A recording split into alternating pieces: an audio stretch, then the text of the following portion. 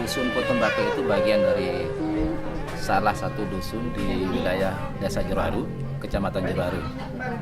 Yang Dusun Potong Bako sendiri terbagi menjadi dua kegiatan masyarakat di situ. Ada yang petani plus nelayan, ada yang nelayan murni.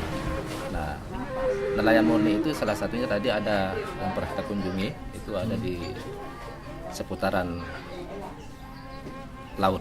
Gitu. Jadi masyarakat Potong Bako yang ada di situ murni dia nelayan. Ada yang nelayan tangkap, ada yang nelayan budidaya. Nah, nelayan tangkap ini juga ada yang pakai jaring, ada yang pakai bagan tancap, ada juga yang pakai gearnet. Sebenarnya pada karakter mereka sebenarnya tidak terlalu jauh berbeda. Gitu. Cuman persoalannya karena dia dominan penghidupannya atau penjaraannya di laut, sehingga dia pilih tempat itu bertahan di tempat itu.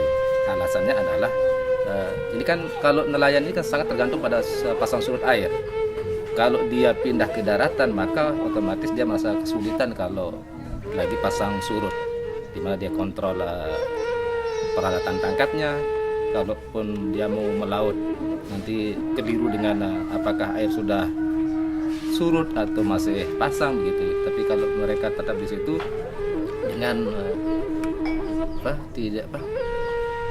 sewaktu-waktu begitu keluar dari rumah dia sudah bisa kontrol kondisi air. Jadi untuk dia melaut tidak kesulitan. Kalau dari segi rumah ini adalah merupakan pilihan sebenarnya.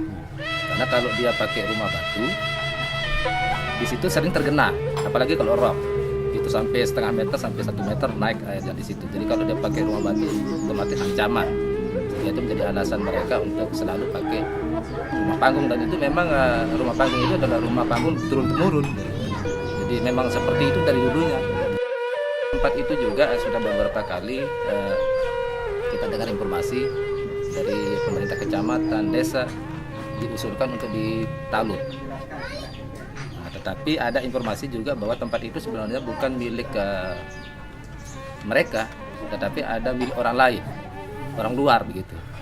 Yang menurut alasan dari pemerintah, kenapa sampai saat ini belum terjadi pentalutan, karena di situ kalau dia sudah ditalut maka ada kekhawatiran kalau si pemilik ini akan ngambil kembali. Oh, bisa ada pemiliknya bagaimana? Bukannya itu turun temurun, Pak? Nah itu yang saya tidak paham juga dengan cerita itu.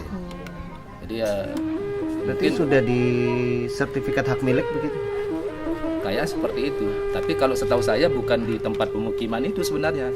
Yang ada pemiliknya adalah yang di sebelahnya itu ada genangan di situ. Okay. Yang dulunya itu menjadi yang dulunya itu tambak. Sebenarnya tambak Itu karena abrasi ya. Kena abrasi. Dan pemukiman ini sebenarnya tidak hanya di situ kalau dulu. Dia depan lagi. Oh, depan. Ya.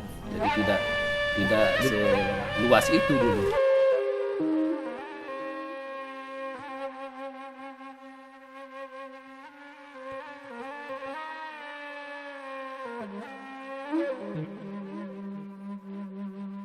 Dulu ini kan masyarakat pesisir ini menangkapnya itu dia pakai jalan cumi. Nah, jalan cumi ini saat-saat tertentu dia pudar warnanya, sehingga untuk dia mengembalikan dengan warna aslinya dia pakai pewarna. Saat itu belum ada pewarna yang modern lah gitu, sehingga dia pakai dia tebang itu mangrove,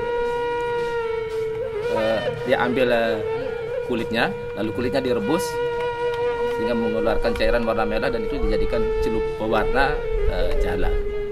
Di samping itu juga ada kebutuhan kayu bakar.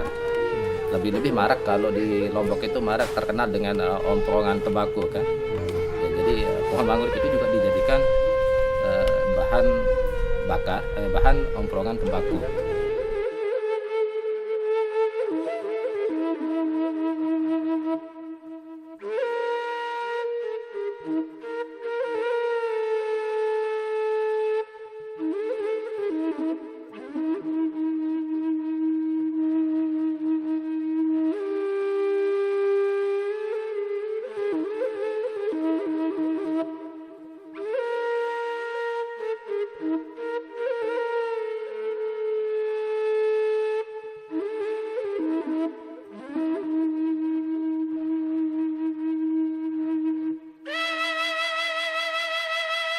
Thank you.